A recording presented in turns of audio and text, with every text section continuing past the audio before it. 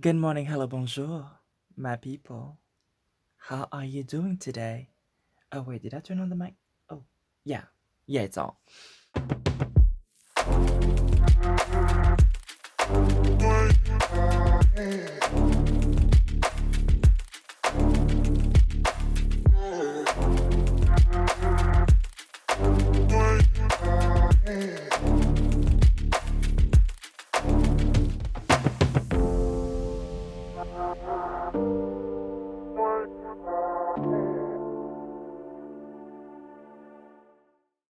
So, how are you?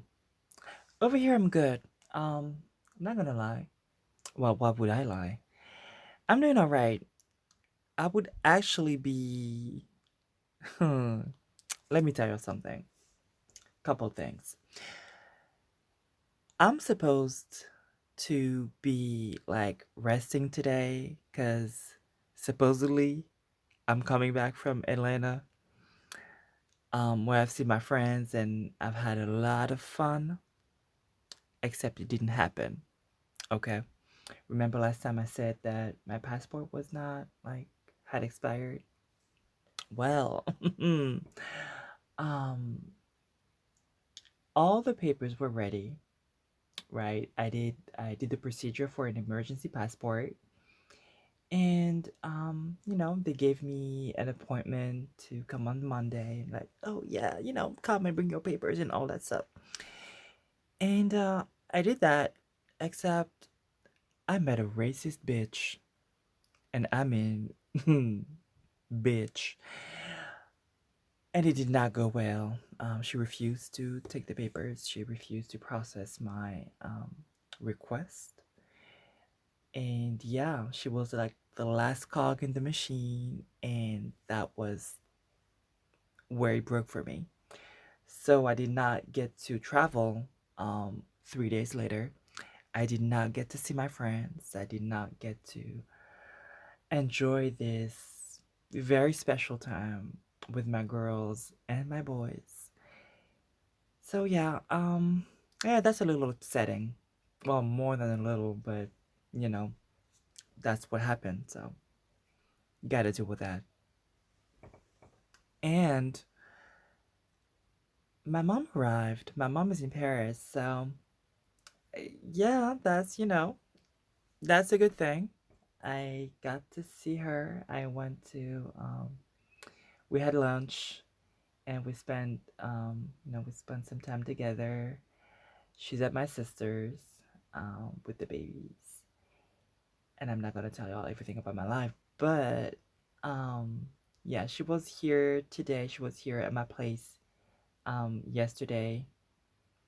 Today, she's coming back tomorrow.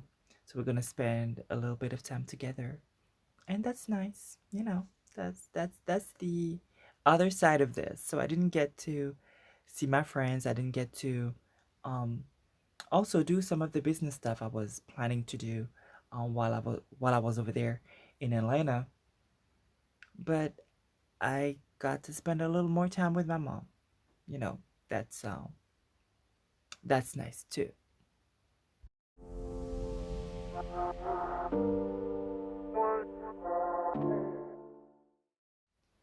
In the update category, or the other thing I wanted to talk about is how many times a month do I post over here?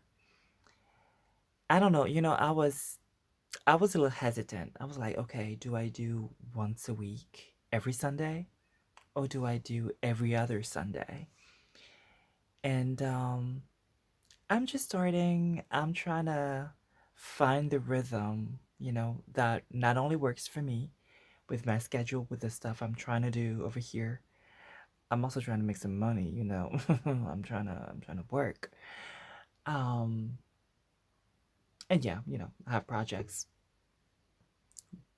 And so yeah, there's that, and also trying to be also, you know, have a regular presence, because I'm trying to do this not just to it's sort of a commitment to myself. It's not just to just just with I'm not trying to like kill time over here, right? Um, that's not at all what I'm trying to do. I'm really trying to talk about some things that are important to me and that I feel are or could be important to the community, or even just start conversations. And like I said in the very like the I was gonna say the first episode, but it's not the first one. It's like episode 0, while I was introducing the concept of the podcast.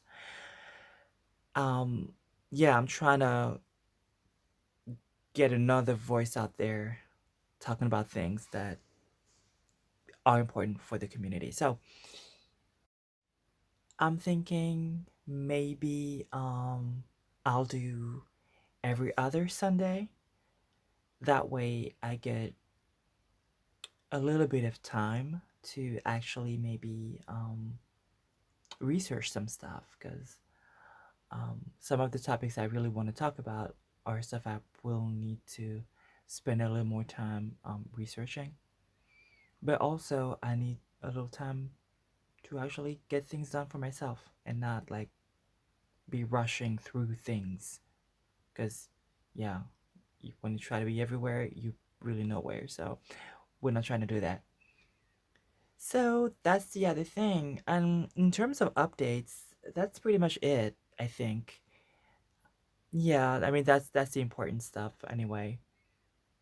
Now, let's move on to the main topic today.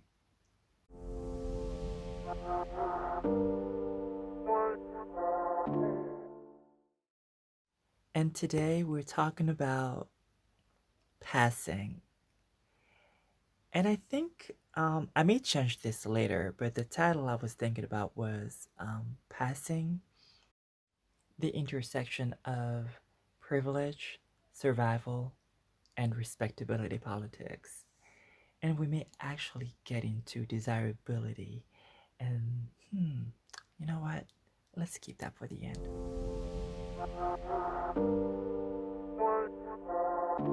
Okay, hold on 1 second, miss. 1 second. Did you know that this show was sponsored by me and my Patreon? Yes, baby. You can support me by going to my Patreon. Well, first go to my website, that's ftnpod.com. And at the top, you'll see the Patreon button. And then you click on it and you can donate from $2 a month. Just $2, baby. On Patreon, you get exclusive content. You get to pick, vote on future topics. I mean, you get to see a little more of me, right?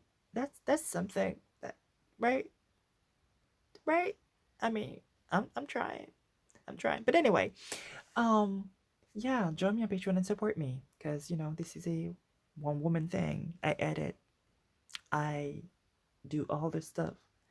I host a website and all of that good stuff. Why wouldn't you support me, baby?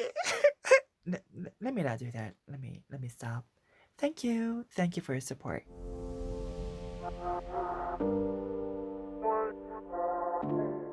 I think the part about privilege and survival are pretty easy to understand, and actually they're pretty closely related. But I'm gonna try to go through them again very quickly. Um, y'all know that we live in a transphobic world. I mean, I don't need to like get into that. Like, I don't need to go real deep into that. So it's pretty easy to understand that in order to maybe survive is a big word in some cases, but in order to just live peacefully. Actually, no, survive is not a strong word. In order to survive in some spaces, because that's something I do know about, it's best if you are not perceived as a trans person. It's best if people assume that you are cis. And that's the privilege part. That's where privilege and survival collide, is that in some spaces, the privilege of being perceived as a cis woman will grant you access to spaces where you will not get killed, essentially, or where you will not be in harm's way. I used to I used to live in an area that was really bad, and being cis assumed, I got to I got to come home sort of late, and instead of being attacked, um, well, I could have gotten attacked in another way, but um, I wasn't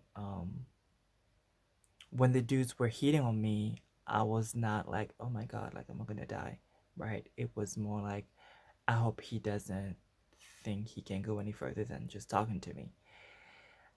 And yeah, yeah, that's the privilege part. Instead of getting assaulted, instead of getting insulted also by people, I'll get hit on.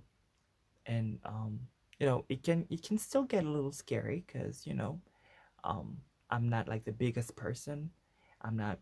I mean, I'm tall, but I'm not big. And I was a twig. I really was a twig in my really early 20s. So yeah, I was a little scared, but because it wasn't because I was a trans woman of the neighborhood, right? I was just scared like any cis woman would be scared. Does that make sense? I mean, it's still not. Um, I mean, it's still like being a woman out there, so it still comes with danger. Being a young woman in in the kind of area that's not really where women are not protected.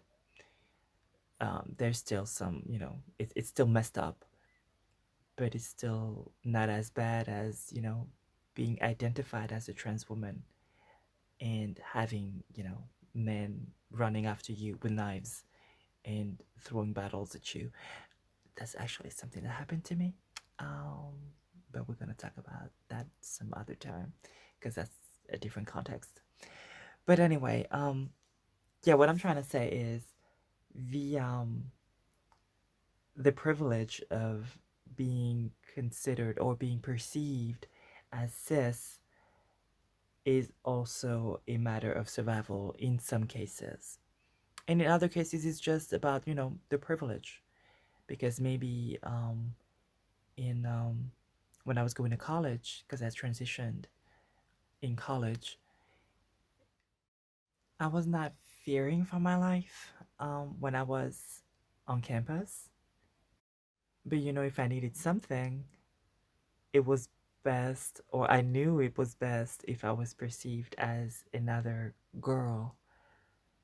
Like, I don't know, for simple things, even, the red tape type of things, it's not vital, or not that it's not vital, but it's not, your life is not in danger. But if you don't get what you need, then you may not have access to other stuff. I mean, all of that stuff is pretty simple. I mean, I don't need to go too deep, like I said earlier. The part I really want to talk about is the part about respectability politics, and I want to add desirability to the package because that's huge as well. Let's talk about that.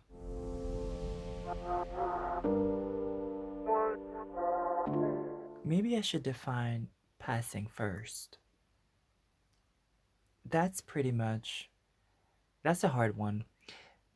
Well, not the concept. The concept is pretty easy, but the word itself is a problem. Passing is when a trans person, is perceived as cisgender. If people assume that they are cisgender because of whatever reasons, maybe their voice seems to be more feminine if we're talking about, or I should say stereotypically feminine if we're talking about a trans woman, for example.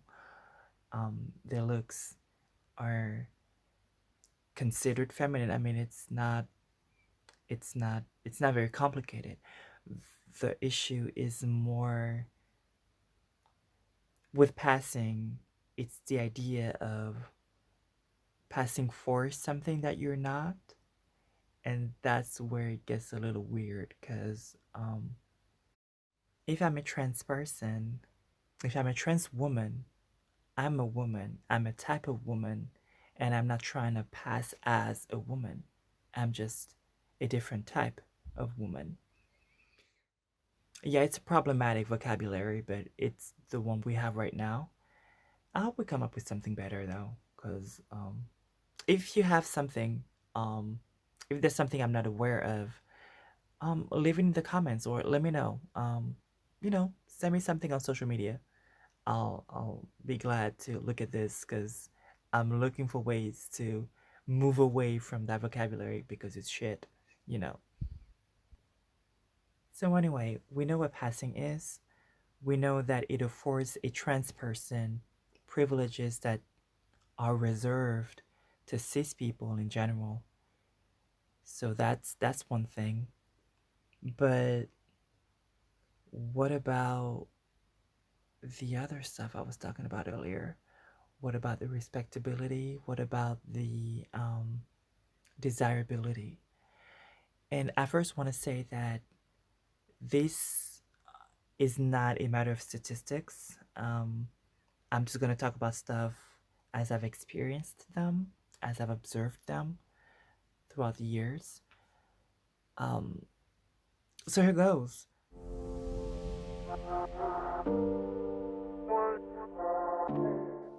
I feel like, listen, I said I feel, right? Okay, I'm just saying. But anyway, I feel like when a person is perceived as a cisgender, when a person has cis assuming privileges, and people find out that they are trans, it sort of gives legitimacy to their transness. And here's what I'm talking about. When some people, some cishet people who know nothing about transness, see a trans woman and see that, you know, she has some stereotypically masculine features, the jaws, the hands, the bone structure. And they're like, oh, you know, I don't I don't know that, they're uncomfortable. They're uncomfortable and they express that in different ways. That is transphobia anyway. Like all the ways are transphobic, but you know, that's not really what we're talking about today. But when they see a trans person that they think is feminine, a trans woman that they think is feminine, that they think is, I mean, for lack of a better word, believable in their minds. I'm really talking about that specific point of view. Then suddenly they see the transition as legitimate. So personally, here's what it looks like. As a young trans person, a young trans woman, because I'm really trying to talk about trans women in particular here. But as a young trans woman, because people assumed or people did not always realize that I was trans, when I let them know, somehow they assumed that, well, it's obviously for medical reasons, right? Obviously, there must be some type of, I don't know, hormonal imbalance here. Obviously, this person is a natural, is a natural, whatever that means, um, a natural trans person. They are not perverted like these other ones over here that make me uncomfortable. It's like it's quite perverse. It's quite it's still transphobia. It's still um a denial of femininity for trans women, or womanhood, I'm sorry, for trans women. but it's more like, hey, you one of the good ones. You are acceptable. You don't make me uncomfortable because you look like what you say you are supposed to be. That's one thing. The other thing is that people would assume because they saw a feminine appearance and a more or less feminine voice, because my voice is not the best, but anyway, it was still coded as feminine. They somehow assumed things about my makeup. They assumed that I was um, yeah, they assumed something about my genes, about my hormones or hormone levels, and they also assumed something about my surgical status, as in I cannot imagine this person having a penis in this feminine body or this feminine perception presentation that I see before me. So even if she's been on hormones for like I don't know 6 months, um, I am assuming somehow that you know surgery has happened because only the masculine looking ones, who are perverted, of course, um, only those um, have the type of surgical status that I'm not interested in. It's weird.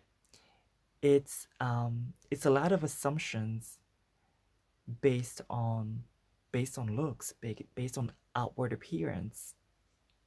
And why I'm talking about respectability here is some trans women play into that. Y'all know y'all do. Y'all my sisters, but y'all do. Y'all do. Um,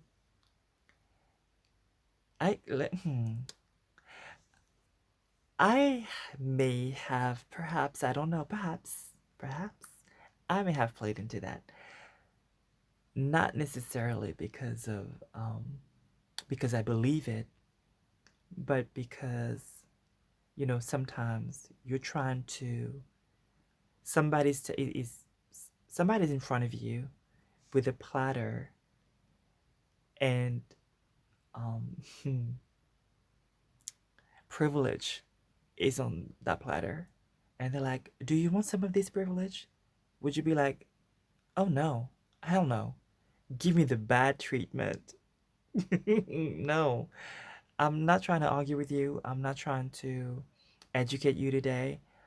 All I'm trying to do is get through this day. All I'm trying to do is, I don't know, I'm at the post office and I'm trying to get this package and my papers have not been changed yet. So, because I've only been, transitioning for like under a year or something.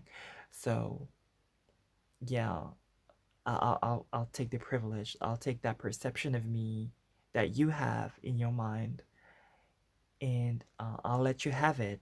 Now give me my package though, cause I need to get the hell out of here, bitch. Yeah, that's what I'm talking about.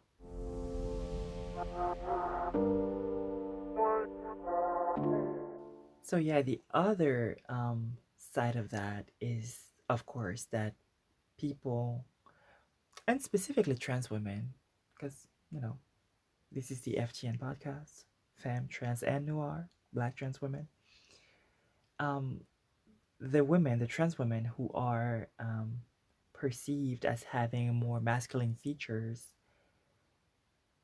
tend to be more, regarded as perverts, and they receive the perverted men treatment, right? They are not respected as legitimate trans people, and some of us in the community, because I mean I was saying this, like playing into the privilege thing. I was talking about that a little jokingly, but on the other side, on the flip side of this, is the part of the community where we don't respect people who who are not 100% or um who who don't look like we believe they should look. And when I say we, I'm really not talking about myself here because I don't believe that shit. But there's this thing like, oh, well, you're not a real one because first of all, you don't naturally look such and such way. And then or you don't naturally look or sound such and such way, and you're not trying to look or sound such and such way. That's messed up. That's deeply messed up. And I wish that the few of us who are on that mess that we stopped. Um, I do have an idea, but I think we're going to talk about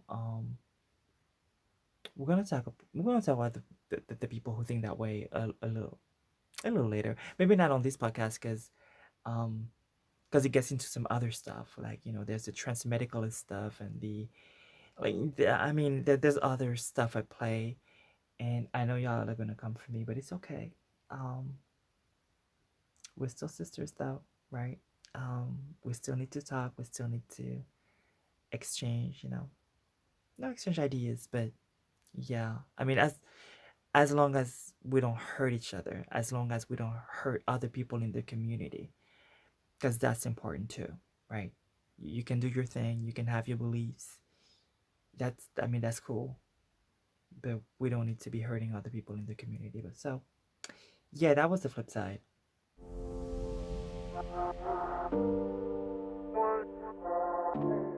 And I think that leads us right into the desirability part. So, if you're not only seen as a cis woman, but a desirable cis woman, that absolutely amplifies everything I talked about earlier. So, like, you're really legitimate now. Like, if we're talking about, there's this model. She's a French model. Her name is Ines Roux in French. Ines, Ines. Last name Rau. She's absolutely stunning, and she's a trans woman. Like when you look at her, I mean, I haven't seen anybody call her a demon or any of that shit that we hear when the person is a little, less um fuckable. Should I say that? I don't know. Well, I said it. Sorry, but or perceived as fuckable. Um, it's not. It's just different. It's just like, oh, but I mean, things change. You know exactly what I'm talking about. I know you do. I mean, when I'm trying, like actually trying to look good, and I enter a room and I see the way the niggas look at me, I know it's different. Like even when they know, right? I know it's different from what they expect, right? And the way they would treat another trans woman who maybe would not look as, for lack of a better word, I mean, as fuckable um, to them anyway. I mean, that's really what I want to insist on. Because when I'm talking about these things, I'm talking about these points of views. I'm not saying that it's what I agree with, because I don't. But yeah, I'm talking about um, perception and the way we experience things socially, and that's extremely important. So yeah, the desirability or fuckability affords more grace, more understanding, um, forgiveness. I don't know, like people are less mad at you for being trans somehow, or they understand it a little better.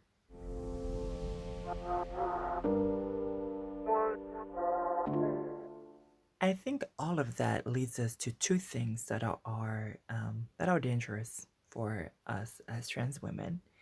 The first one is some type of is the creation of a hierarchy within the trans community where you have the women who quote unquote pass at the top. Well, not really. Well, they're up there, but those who both pass and are desirable are at the very top, and then other people at the bottom. That yeah, that's not cool, and that's also trying to I don't know. It sort of redefines transness as something that is as something biological and not just social. It's really trying to bioessentialize transness in a weird way that's not making sense with all the different gender expressions that we see. Um, it's trying to fiercely fit into the binary and disqualify people who are legitimate just because they exist. So that's the first thing. But it also, I think, normalizes or incentivize incentivize. You know what I mean? Whatever. It pushes people to towards plastic surgery, and not just I mean not that plastic surgery is bad, but I'm really talking about the back alley, underground, disgusting, shitty procedures that people have at the hands of folks who are not qualified. That is scary. And that is unfortunately very normalized. And I sort of get it um, when people are when people want to go through procedures because of their dysphoria, but when it's because of the pressure to pass, then it's something else, right? It's not the same type of motivation. It's not about being better in one's skin. It's about being what other people expect you to be. That's a completely other story, completely different. And I'm really not interested in that part.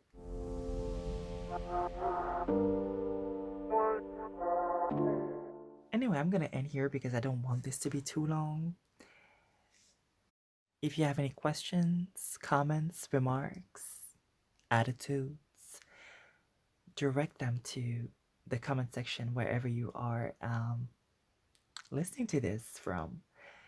And yeah, join me on Instagram, join me on Twitter at FTN Pod, and you can email me. That's contact at ftnpod.com. The website, of course, is ftnpod.com. If you want to support, I mean, you can start with a review, baby. Baby. Start with a 5-star review. Tell your friends, share this episode, share the podcast. It's free, 100% free. And if you have some extra coin, you can go to the website. Again, that's ftnpod.com. At the top, you'll see a donate button and also the Patreon button. You choose whichever you like. You can donate once or you can donate through Patreon regularly. And I will appreciate absolutely everything you can send my way to support. So, I'll talk to y'all in 2 weeks. No, wait. Over here, I'll be over here in 2 weeks. But I'll be on Instagram and Twitter. I may not be posting every single day, but I'm there. And send me some messages. Don't send me any type of, disgusting shit. I'll report you and I will block you. We don't have time for that. But yeah, be friendly, be nice, be cute. And I'll do the same back. Anyway, thank you everybody, and I'll talk to you soon. Take care of yourself. Bye bye.